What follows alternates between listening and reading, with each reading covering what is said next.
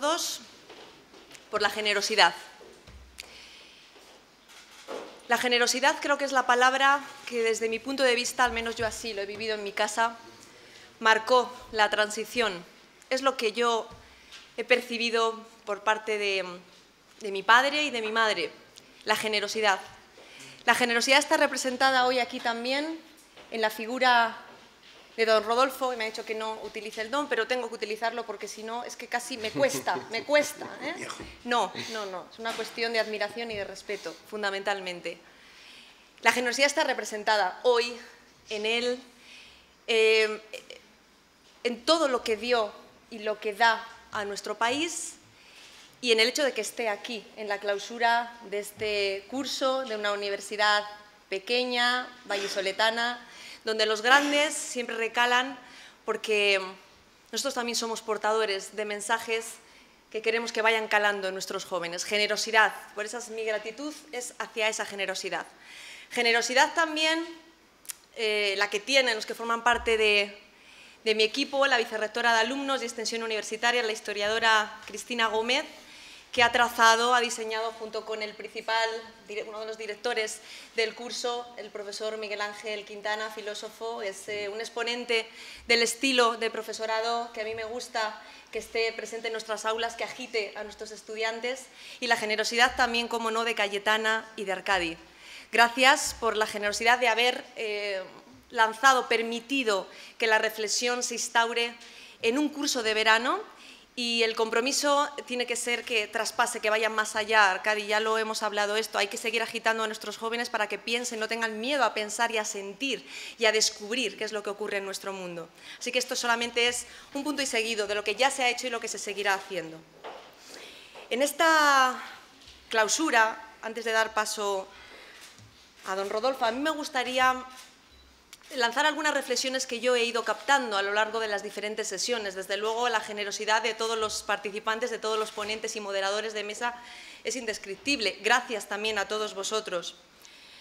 Reflexionaba yo recientemente, leyendo algún artículo, ¿no?, sobre pues la anécdota de el icono, ¿no?, o el símbolo que hay detrás de los calcetines del primer ministro canadiense, ¿no?, de lo que se ha hablado mucho, ¿no?, ese hombre que utiliza esa herramienta eficaz de comunicación diplomática a través de su propia imagen, ¿no? Entonces me hizo recordar esa conexión, ¿no?, leyendo algunas cuestiones sobre imagen política, el valor de los propios símbolos, ¿no? Y de hecho lo enlacé con ese libro que escribió el principal asesor de Adolfo Suárez, José Luis Sanchís, sobre, ¿no?, de qué color lleva los calcetines Adolfo Suárez, ¿no? Establecía ese paralelismo, esa correlación entre ambas ideas. Y es que el valor de los símbolos es mucho más importante de lo que nosotros creemos.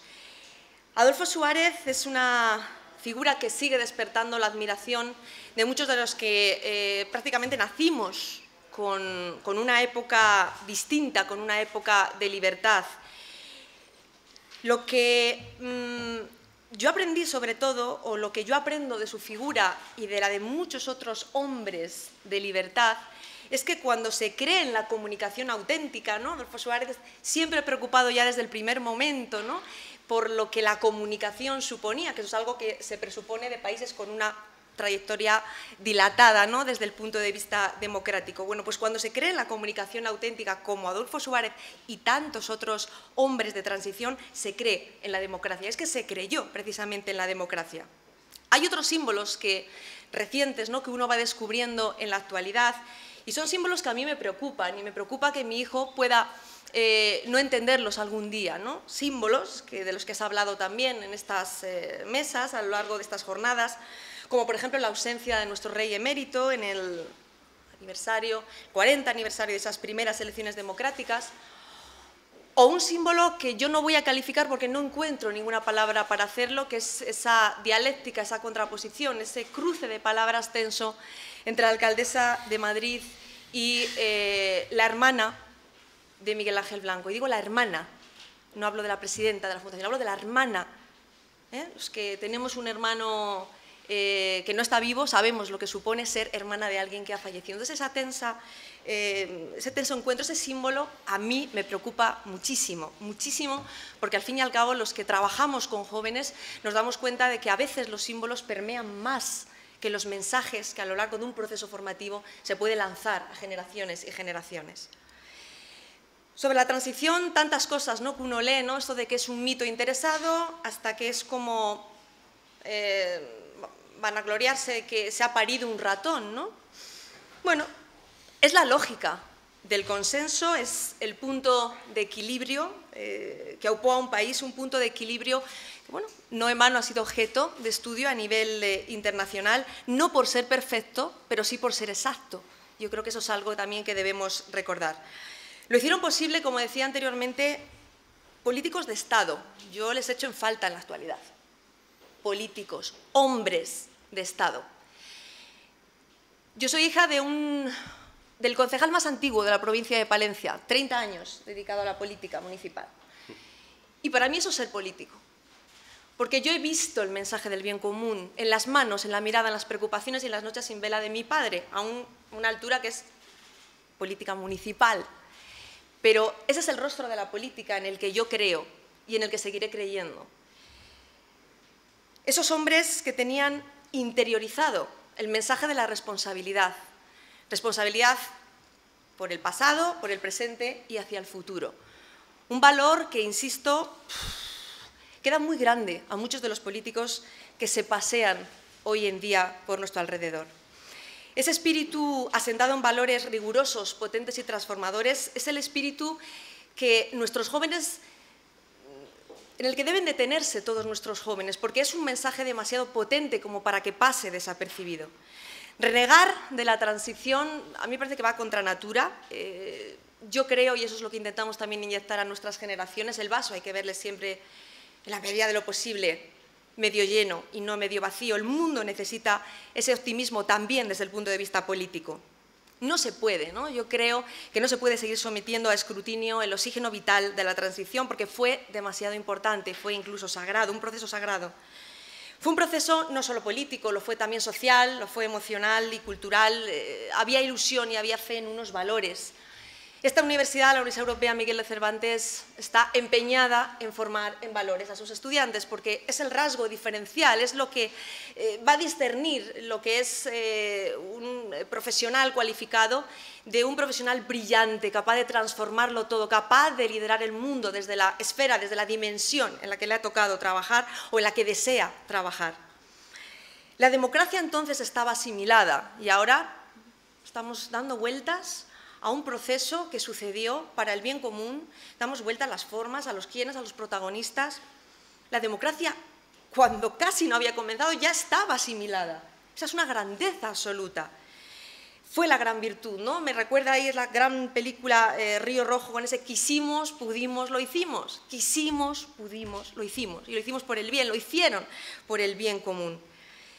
Creo que es necesaria una pedagogía de la transición. Creo que es necesario empezar por la base. Y la base es que la transición, lo que supuso, los valores, lo que creó ese momento, no se conoce en nuestro sistema educativo. No se estudia, es superficial, lleva años siendo superficial. Imagínense ustedes cuando llegan a la universidad nuestros jóvenes. Damos muchas vueltas y seguimos dando vueltas a la forma, si es una nueva transición, si no, los protagonistas, los impugnadores, lo otro, no. Vayamos a la base. Yo como rectora de una universidad reclamo que vayamos a la base. Pacto educativo. Vayamos a los contenidos, vayamos a que nuestros jóvenes puedan aprender. Preocupémonos cómo aprenden nuestros jóvenes y lo que aprenden nuestros jóvenes. ¿Conocen nuestros jóvenes el periodo más trascendental, más brutalmente apasionante y generador de bien común en la historia de nuestro país? ¿Lo conocen? No, no lo conocen. Yo reclamo desde aquí hoy que todos los que trabajan ahora la creación de este nuevo modelo educativo, este pacto educativo, todo el mundo se llena la boca hablando de él, se centren en lo esencial. Y lo esencial es hablar precisamente de una educación que no permea o en la que no permea o no permite que permee lo fundamental, lo esencial. Por eso yo reivindico hoy esta pedagogía de la transición. La educación, decía Freire, es un acto de valor, por lo tanto, de amor. Y amor hubo también, precisamente, cuando se gestó y cuando se creyó y cuando se dieron pasos atrás para que el país pudiera dar muchos pasos hacia adelante en ese momento. Como es un acto de amor, me parece incuestionable Por lo tanto, seguir dando vueltas a que algunos lo cuestionan me parece incuestionable, me parece una pérdida de tiempo. Yo quiero ir a lo que construye y no quiero crear espacios para estar aupando a aquellos que no se preocupan por construir o por transformar. Me da igual si estamos en una nueva transición, me resulta indiferente. Me da igual aquellos que impugnan o aquellos que no miran a los ojos de una hermana que perdió a su hermano de una manera, digamos, espeluznante. Me da igual, me preocupa que las nuevas generaciones puedan tener la posibilidad de pensar y de decidir libremente, pero para decidir libremente hay que tener información y formación. Y hasta el momento, insisto, a nivel educativo queda mucho que hacer. Se citaba aquí en la mesa, ya no recuerdo quién, citaba a Sartori, pensador de la democracia, no decía que había una tensión, creo que fue Nicolás Redondo, entre lo que la democracia es y lo que nos gustaría que fuera.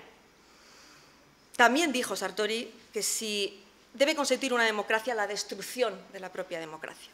Yo ahí lo dejo, a mí me parece un motivo de reflexión importante. Medir el éxito de la transición está bien, es deseable, este curso también navega, ¿no?, en torno a estos conceptos, pero es que el éxito está en lo que sucedió, en que ocurrió y en que fue bueno para las personas, fue bueno para el país. Ese es su éxito y no hay manera de cambiar eso, por más que nos empeñemos. Ocurrió, sucedió para el bien del país. No hay que idealizarlo, yo estoy de acuerdo con eso, tampoco creo que hay que denostarlo, porque si no estamos intoxicando, ¿no? Estamos intoxicando pues, a estas nuevas generaciones a las que nos debemos, porque al fin y al cabo ellos son los que van a seguir construyendo en nuestro país. Y en este deseo de poner sobre la mesa la fe y la pasión que había por construir, destaco y enmarco la figura de Rodolfo Martín Villa. Como todos ustedes saben, poca presentación necesita, personalidad clave en este proceso de una dimensión mayor, es decir, no se queda ahí solamente su trascendencia. Hay tres valores que asocio a su figura y a su persona. Su mentalidad de servicio público, a mí me parece que ese concepto tan ligado a la humildad es al fin y al cabo pues, lo que nos permite que nuestro país, que nuestra sociedad vaya avanzando, y eso no se da mucho. Don Rodolfo, no se da mucho esa mentalidad de servicio público, porque usted miró hacia adelante, no se miró a sí mismo o miró de forma endogámica, sino que esa capacidad de abrir los brazos, de abrir la mirada, ese espíritu de concordia y luego la claridad de un mensaje que llevó a generar una revolución, que fue la revolución del consenso. Yo reivindico también la revolución del consenso. Esta transición que para mí fue el arte de lo más difícil en tiempos revueltos, pero con los resultados necesarios, tiene sobre todo que dejarnos un pozo fundamental, que es algo hubo en esos hombres de Estado. Yo ayer lo hablaba de manera informal con Nicolás Redondo, con Jesús Quijano. Ellos representan para mí también lo que es un político de Estado, un hombre de Estado. Escuchar a hombres de Estado a mí me parece fundamental, porque quizás nos lleve a lo esencial, y estoy segura de que nos va a llevar a lo esencial. Dar un paso atrás para que el país, como decía antes, diera muchos pasos hacia adelante, no es solo un gesto de generosidad, que es lo que comenzaba al principio, sino que es casi una necesidad y hoy también la sigue siendo, sin duda alguna. Ayer también se dijo que los sistemas caen por la incapacidad de sus defensores, no de sus atacantes. Eso también nos puede servir de referencia, ¿no?, como motivo de reflexión. Yo lo que pretendo, al fin y al cabo, que es mi tarea del día a día, es recuperar oxígeno para nuestros jóvenes y motivos para creer. Solo podrán crear si son capaces de creer. Propongo una revisión profunda de lo que estamos haciendo con la educación en nuestro país desde hace muchos años. Es terrible la falta de conocimientos de nuestros jóvenes en general, ¿eh? Yo hablo de la Universidad Europea Miguel de Cervantes, nuestros jóvenes, como en tantas otras universidades, son extraordinariamente excelentes, pero les falta poder, sobre todo en sistemas anteriores donde están más fijados los contenidos, les falta poder conocer bien para poder tomar esa decisión. El país necesita también políticos con sentido de Estado y políticos humildes, profesionales humildes. Es el principal valor que yo creo por el que siempre me han guiado mi padre y mi madre, leoneses, como usted, don Rodolfo, y creo que no es un mal consejo el valor de la humildad. Es la base, al fin y al cabo, de todas las virtudes, como decía Miguel de Cervantes, el insigne escritor que da nombre a nuestra universidad.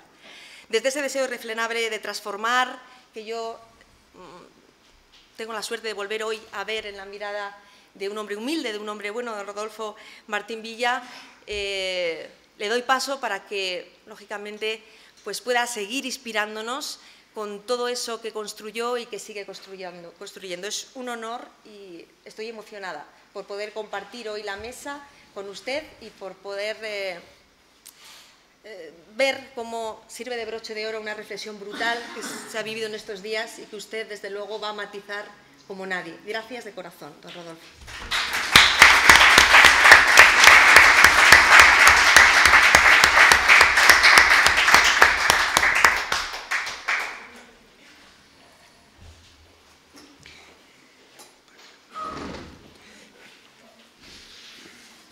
Muy buenos días, señora rectora magnífica de la universidad, señoras y señores.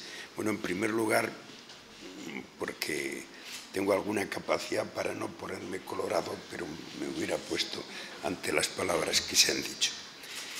Yo soy de los que creo, como Arcadio Espada, que la transición, la fecha mejor para decir a qué acabó, es la Constitución, que creo que es así. Pero a mí me van a perdonar que en uso de una parcialidad, pero que como la confieso, pues se me será perdonada, yo vaya a hablar de la primera etapa de la transición, aquella que hace que pasemos del franquismo a la democracia, que es el primer gobierno presidido por Adolfo Suárez. Se ha hablado ahora del acto de los 20 años y de la ausencia del rey emérito. Yo soy secretario honorario y perpetuo, nombrado por mí mismo, de los ministros de la UCD y también lo soy el organizador de algunos almuerzos en torno al rey emérito de los componentes de ese primer gobierno. La distancia y lo que ha pasado en estos años a mí me hace pensar que más que venir a hablar de historia, estoy casi hablando de arqueología, pero voy a hablar de ello. Nosotros éramos 20 personas, solo vivimos 10. Es verdad que entre nosotros estaban entonces los ministros titulares de los 3 ejércitos y el vicepresidente Gutiérrez Mellado, que eran personas mayores, en el sentido habían sido combatientes en la más incivil de nuestras civiles guerras. Pero los otros, decir 6 más, pues realmente es que nos han dejado mucho antes, comenzando por Adolfo Suárez, de lo que hubiera sido normal y deseable. De los 10, solo pudimos ir al almuerzo y al último pasó lo mismo 2. Perdón, solo pudimos 8, porque 2 de ellos, uno anda bien de piernas pero mal de cabeza y otro anda bien de cabeza pero mal de piernas. Y de los otros 8 que quedamos, solo 4. El próximo año ya veremos a ver lo que nos sucede. Pudimos ir al almuerzo por nuestros propios medios. Siempre hay un carrito y 3 bastones que son necesarios para algunos. Digo esto porque, claro, nosotros éramos una gente que empezábamos a cumplir los 40 y que ahora circulamos, los más jóvenes de esos circulamos por los 80 y algunos han pasado ya los 90 años. Aquel gobierno, sin embargo, yo creo que se dio cuenta, pienso que esto hay que hacerlo, por lo menos en gentes como yo, con humilde soberbia, con soberbia humildad. Yo creo que tuvimos una idea muy clara de qué había en la sociedad española y qué había en la política española. Y en definitiva, la sociedad española, sobre todo a partir de los 60, digamos los 15 últimos años anteriores a la muerte de Franco, tiene un cambio formidable.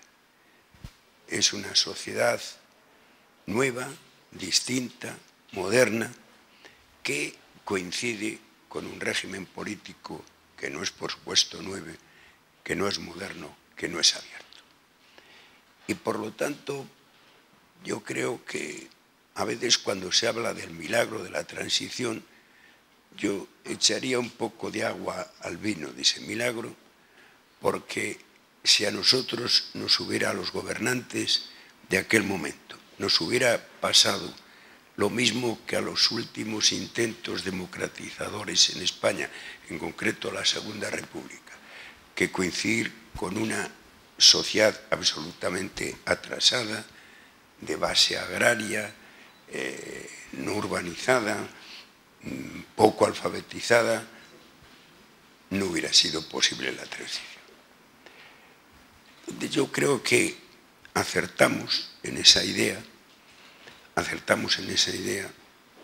y pensamos que los españoles, en su inmensa mayoría, pues realmente preferían tener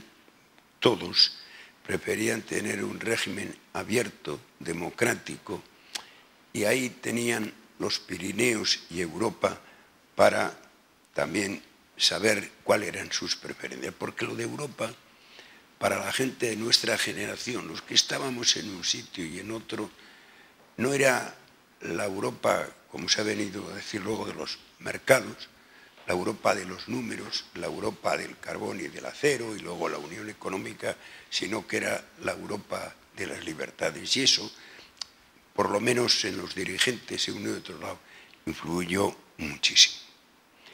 También creímos, porque veníamos de donde veníamos, nosotros, aquel gobierno no era un gobierno democrático. Todos, de esos 20 que he dicho, todos menos 2 habíamos tenido responsabilidades en el régimen de Franco, menos el ministro de Educación y el ministro de Hacienda, pero no éramos un gobierno democrático, pero creímos también interpretar, y al final los acontecimientos pienso que nos dieron bastante la razón, no la razón absoluta, por supuesto. Queríamos pensar que los españoles querían salir a una democracia plena, absolutamente clara, indiscutible, pero que tampoco pretendían de la noche a la mañana de cuajo romper con todo lo que había. De alguna manera, el ejemplo reciente y vecino de la Revolución de los Claveles también marcaba para muchos el camino. En definitiva, es la polémica que muchos de ustedes recordarán, o todos, de la reforma y ruptura. Al final, los partidarios de la reforma, al final llegamos al mismo resultado que los partidarios de la ruptura, si bien las formas en general en la vida y en la política más, que se ha dicho antes, el proceso de la ley a la ley, a través de la ley, la reforma, fue lo que realmente supuso un acierto. Por otro lado, interpretamos también que los españoles no querían volver a las andadas y que fuera el proceso que fuera, la reconciliación era un aspecto absolutamente necesario, incluso porque significaba valores morales muy superiores incluso a la propia libertad y a la propia democracia. Sabíamos también que el rey, que era el que en definitiva había nombrado a Adolfo Suárez y luego a nosotros, estaba detrás del proceso. Y no solamente con la autoridad moral que empezó a ganarse a diario, sino también porque él, en cuanto jefe supremo de los ejércitos de tierra, mar y aire, de alguna manera era una cobertura que necesitábamos, porque de las 4 cuestiones que siempre habían dificultado o impedido la democracia en España, una de ellas, la cuestión militar, estaba presente, y tener al rey al frente, que era, en palabras de Areilza, motor del cambio, pero además era el jefe de los ejércitos tenía su ventaja. Bien, es verdad que los otros tres aspectos, hay uno no resuelto y desgraciadamente con actualidad, que es el reparto, lo que hoy se diría el diseño autonómico. Para nosotros, sin embargo, lo que fue siempre una dificultad, como he dicho antes, difícil de vencer las luchas sociales, nos encontramos con otro tipo de sociedad, y el problema religioso, la Iglesia y el altar dificultando también el trono y el altar dificultando la democracia. Al contrario, la Iglesia había tenido en el Concilio Vaticano II su propia transición y por lo tanto no fue un factor de retardación sino de adelante.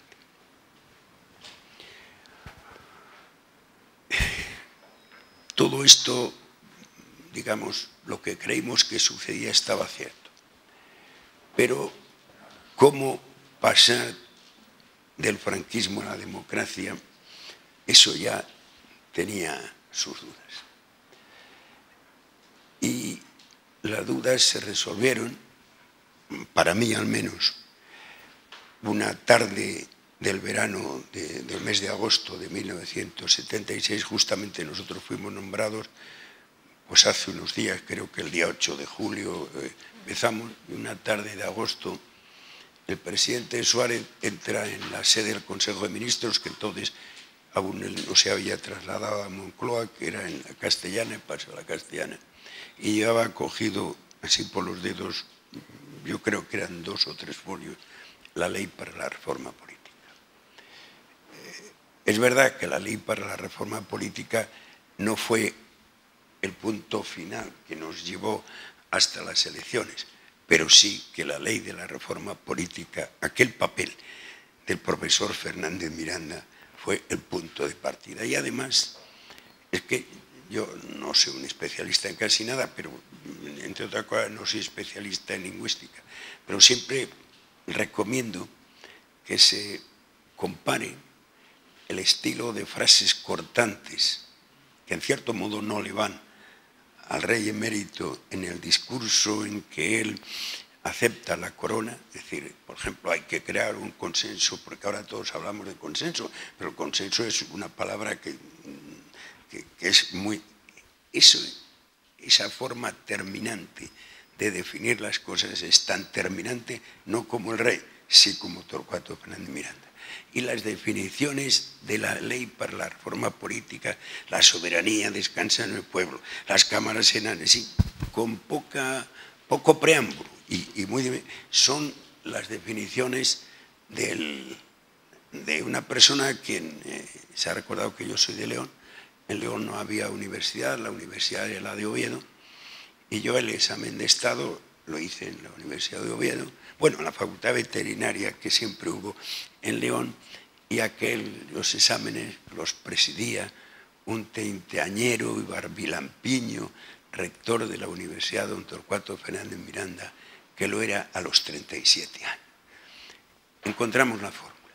Luego, y eso fue la fórmula que formalmente es una ley fundamental que sale del franquismo, pero es la fórmula que nos lleva a la democracia. ¿Que todo fue sencillo? No fue sencillo. Hubo entre nosotros también, derivados o de la ley a la ley y a través de la ley, hubo, yo diría, una obsesión jurídica. Yo soy un abogado de plantilla, porque no soy abogado, pero de alguna manera hay un proceso poco conocido de los comienzos de 1977, de los cuales son los artífices el ministro de Exteriores, Marcelino Areje, el ministro de Justicia, Landelino Alavilla, que es la suscripción por España de los convenios internacionales, digamos los procedimientos canónicos para las libertades políticas, económicas, sociales, culturales, comenzando por la Declaración de los Derechos Humanos, lo cual quiere decir que no solamente el 15 de junio teníamos unas cámaras impecablemente representativas, sino que por el juego de la suscripción de esos convenios internacionales se habían incorporado a España los derechos y las libertades fundamentales. Y en definitiva, la parte más dogmática inicial de la Constitución no deja de ser una repetición de esos convenios que ya habíamos nosotros resuelto en la primavera de 1976. ¿Que todo fue sencillo? No. Porque aprobada ya la ley para la reforma política, Santiago Carrillo por la calle libremente, cuestión que a él le costaba trabajo imaginar, porque había tenido problemas de no ser libre, no ya solo con Franco, sino con la dictadura, la lista blanda, la monarquía. Pues con Carrillo en la calle, aprobada la ley para la reforma política, iniciado y casi avanzado el proceso de legalización de los partidos, que culmina en la legalización del Partido Comunista en abril, tenemos un conjunto de atentados terroristas que hacen que en la última semana de enero de 1977, fueran el teniente general Villascusa y Oriol secuestrados, atentados de ETA y de Grapo, el tristemente célebre atentado de los abogados laboralistas de Atocha, hace que eso es la primera y única vez en la que yo al menos, y yo creo que también el presidente del gobierno y la mayor parte del gobierno, vimos el proceso ciertamente amenazado.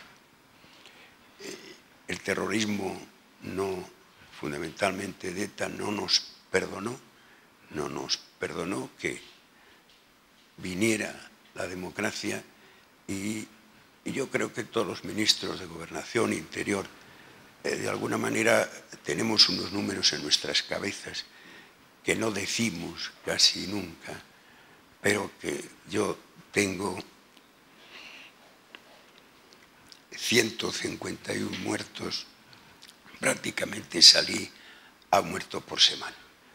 Eso es la factura realmente grave y profunda que tuvimos que pagar. Es decir, que la libertad no llegó gratis, En este sentido, y en esa sociedad abierta y democrática que coincidía, se conllevaba mejor o peor con un régimen que no lo era, en ese desarrollo que no solamente es económico, ¿no? Que éramos la 10ª potencia, en el franquismo se decía, industrial del mundo, que teníamos una renta per cápita que era el 80% de la Europa entonces, que era la Europa rica. Hay unos datos, ya que estamos en la universidad, que yo no resisto la tentación de decirlos. Es que en el año 1975, en la Universidad Española, teníamos 5 veces los estudiantes que teníamos en el 60. Y si eso, en vez de la universidad clásica, es la universidad que acoge, en la que yo estuve, los estudios de la arquitectura y las ingenierías, el múltiplo es por 10. El número de estudiantes técnicos, cuestión nada ajena al desarrollo que ya había comenzado, era 10 veces más. Los bachilleres del año 75 eran el doble de los del 60, y a su vez los universitarios esos que se habían multiplicado por 5 y en el caso por 10, los universitarios del 75 eran igual a los bachilleres del 60. Las mujeres que en el 60 solo eran el 20% de la población universitaria, ya eran el 40%, hoy mucho más, pero ya eran el 40%, cifra que nos constituía, entre otras, en esa sociedad abierta y moderna. Y yo hace unos años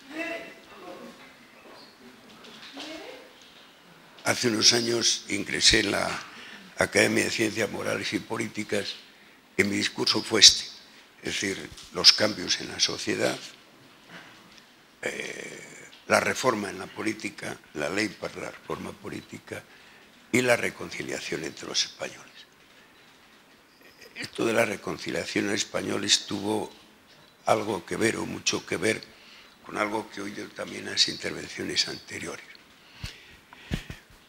Hubo en la transición muchas complicidades. Si no hubiera habido esas complicidades de distintos, incluso de opuestos, pues difícilmente hubiera sido posible. Pero hubo una complicidad importante, a lo mejor también, como yo estaba en ella, pues es parcial lo que yo cuento, pero la de los jóvenes reformistas del franquismo y los veteranos republicanos. Los dos grupos teníamos nuestras experiencias de cómo había que hacer las cosas y los dos grupos teníamos la convicción de que lo que pasaba en nuestros sectores no era aquello del viejo catecismo que yo estudié sobre el cielo, que era la colección de todos los bienes posibles sin mezcla de mal alguna. Ni nosotros creíamos que no había que salir del régimen de Franco, ni ellos creían que la Segunda República, ahí todo habían sido aciertos. En este sentido, Carrillo, Ajuriaguerra, Rubial,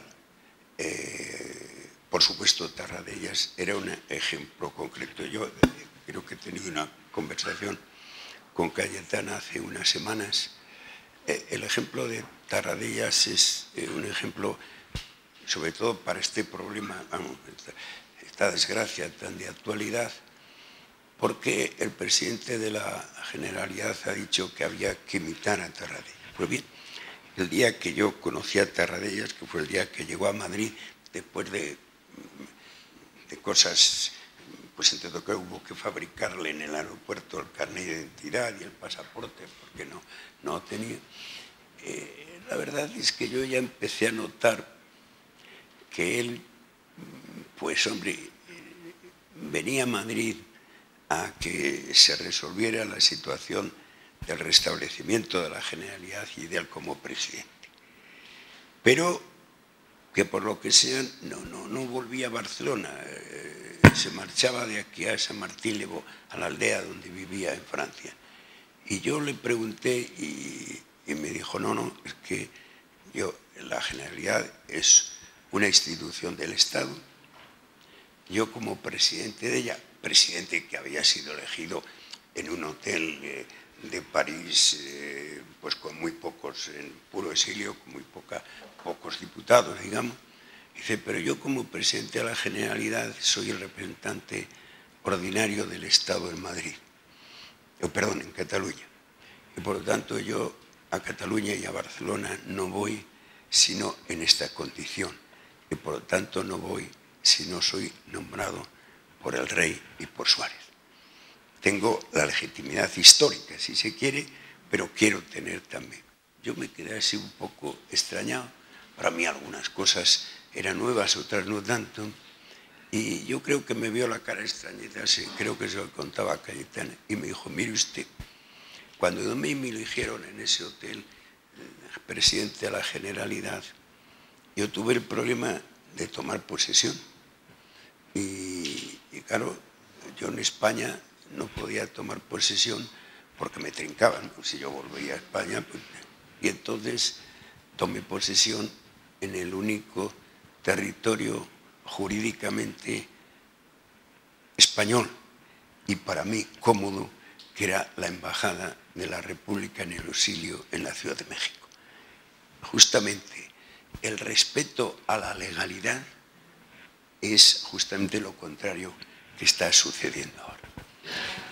Y ya me he entretenido demasiado, pero hay el capítulo del que hoy he oído también hablar, El capítulo de la reconciliación, nosotros, como he dicho antes, no siempre habíamos estado en la democracia, incluso el gobierno del que yo estoy relatando era un gobierno no democrático, pero siempre habíamos estado en la reconciliación. Y en ese discurso de mi entrada en la academia a que me he referido, busqué, ya que estamos en el sitio universitario, un poco ejemplos de personas de la vida universitaria. El desarrollo económico, el cambio en la sociedad, para mí tenía una persona poco conocida, pero que fue un hombre de primera, que era un catedrático de la Politécnica de Mecánica de Fluidos y un ingeniero aeronáutico, Gregorio Millán. Para mí el personaje, la referencia de la reforma política es otro catedrático de universidad del que ha hablado don Torcuato Fernández Miranda.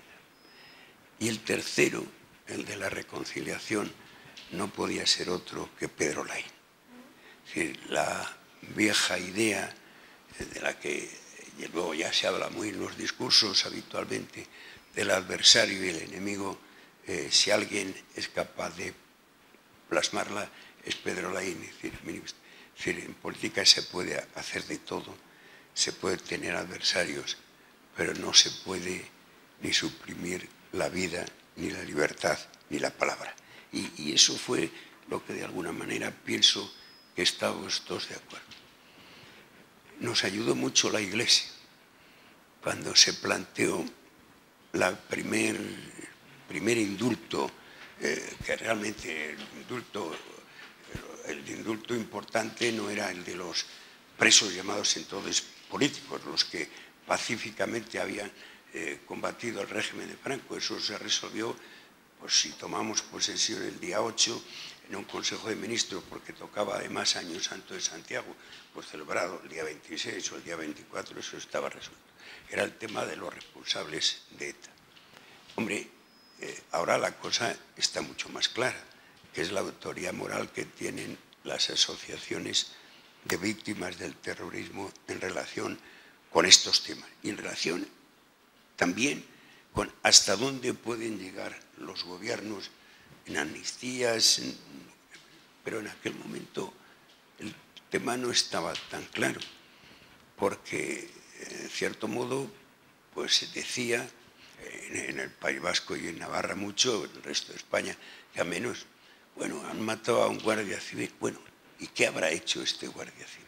Es decir, por lo tanto, no estaba, esa autoridad moral no existía.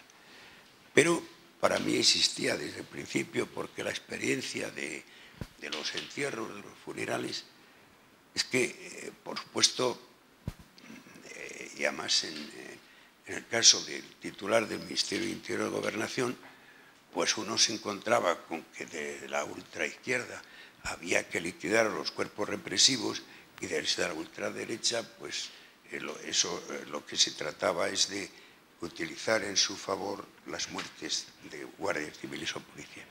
Y sin embargo a mí las familiares de los asesinados nunca me hacían esa protesta y siempre decían, a ver si esto es la última vez que suceda. Desgraciadamente no fue la última vez que suceda. Y entonces el que las familias de las víctimas estuvieran a favor de nuestros indultos sucesivos era muy importante. Y en ese sentido yo tengo que reconocer que tuve alguna conversación con dirigentes de la Iglesia Católica y los obispos españoles escribieron a todas y cada una de las familias de muertos españoles, cada uno en su diócesis, para que ahí tuviéramos por lo menos un silencio y no una posición que nos hubiera dificultado mucho el proceso, que era absolutamente necesario, aunque desde el punto de vista de la justicia fuera discutible, porque ese tipo de decisiones son muy complicadas, porque no se hacen por razones de justicia, que ya se ha establecido, no se hacen por razones de equidad, porque si liberas a uno de ETA tendrías que vaciar las cárceles, se hacen por razones de conveniencia pública, de política, que por su propia naturaleza son discutibles. Y nada más, porque me estoy alargando, pero en todo caso, como también se ha hablado en el tiempo que yo he estado aquí, si las gentes de hoy, bueno, yo por la deformación de alumno universitario he sacado a los 3 catedráticos como de su obligación. Tuvimos una suerte con las personas enormes. Seguramente siempre una situación excepcional produce personajes excepcionales y al revés. Y con todo, porque yo también soy de los que habrá que hacer reformas en la Constitución, pero no hay que segunda transición, porque la segunda transición es, creo que veníamos del autoritarismo hacia la democracia, pero ahora estamos en la democracia, habrá que hacer cambios, más o menos. Yo que estoy en esta situación, allí tuvimos la suerte del rey, por supuesto, tuvimos fundamentalmente la suerte de ese pueblo español transformado, tuvimos la suerte de Adolfo Suárez y tuvimos la suerte, solo vive uno, de los 4, Adolfo Suárez, Felipe González, Santiago Carrillo, Fraga, cada uno en su aspecto, cada uno prestando sus servicios, cada uno teniendo sus ideas y sus comportamientos, fueron personajes realmente irrepetibles. Y por lo tanto, si vinieran, salvado el tema de Cataluña, yo creo que no estamos en una situación, ahí sí muy excepcional, pero nosotros no estamos en una situación excepcional.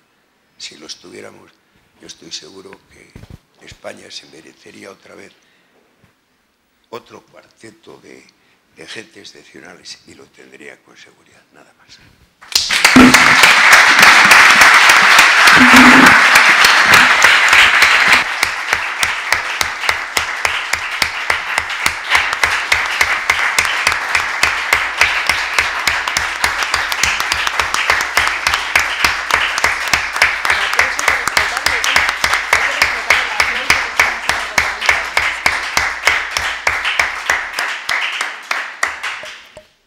Que es que hay que respetar el aplauso, la ovación, porque lógicamente hemos asistido, yo creo que a un momento absolutamente histórico. No sé si ustedes lo han podido ver, me imagino que sí, que es la emoción de un hombre de transición hablando de aspectos profundamente relevantes para nuestro país. Lo otro parece un juego de niños, cosas que escuchamos en la actualidad, debates, problemas que se generan. Esto, de lo que ha hablado, sí es vital. Su emoción a la hora de contarlo, a mí me parece histórica. Haber asistido a algo así, Miguel Ángel, tú lo has podido comprobar como yo, me parece algo, un regalo. Gracias por el regalo, por este regalo, don Rodolfo, que yo creo que nos merecemos poder descubrir cosas de este tipo y que además en este curso se ubiquen gestos de esta categoría. Estos políticos que piensan y que crean y que crearon a largo plazo y no a corto plazo, es lo que este país se merece, ¿eh? Sin duda alguna, esto es lo que el país se mereció y lo tuvo, ¿no? Escuchaba, antes de dar paso a Miguel Ángel, una frase en uno de los cursos de verano que hemos tenido junto a este también en la universidad, el curso de comunicación y discapacidad, una frase que decía un chico, ¿no? Que la vida coloca a sus mejores soldados en las batallas adecuadas, en las batallas más potentes, ¿no? Pues eso es lo que pienso yo al escuchar a Rodolfo Martín Villa, que la vida colocó a un gran soldado en una gran batalla.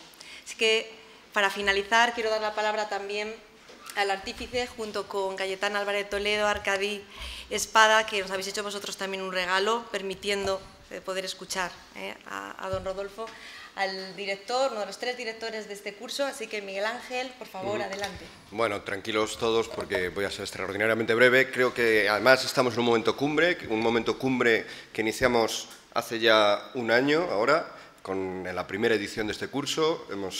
Estos 2 días hemos caminado por vericuetos muy interesantes de la segunda edición y hemos llegado a este momento cumbre con Martín Villa, que evidentemente no voy a pues no voy a intentar que vaya más allá de lo que está ya ahí entre nosotros. Pero el curso sí que esperamos que vaya más allá. Nos queda mucho por recorrer, aunque ya hemos pensado muchas cosas, aunque ya hemos hablado de muchas cosas, aunque ya hemos sacado a colación muchas personas y situaciones y leyes, nos queda todavía mucho por hacer y tenemos además el próximo año la efeméride. Ya hemos tenido unas cuantas e incluso hemos tenido una que en principio no hubiéramos esperado que se hiciera tan relevante como la de Miguel Ángel Blanco para el asunto aquí debatido, pero ha quedado claro que lo es y mucho. Bueno, el próximo año tenemos una fundamental, que además, por lo que veo, coinciden tanto Arcadi como Martín Villa en que es el momento en el que ya sí acabaría la Constitución, que es la aprobación de la Constitución española, y serán los 40 años. Y el próximo año, por lo tanto, volveremos de nuevo, si todo va bien, si seguimos con ganas, si seguimos con este apoyo y que yo agradezco de una manera extraordinaria a todas las autoridades de la universidad y también al resto de trabajadores de la universidad, tendremos ocasión de volver a reflexionar sobre los valores de la transición española, en este caso, 40 años de Constitución. Gracias a todos.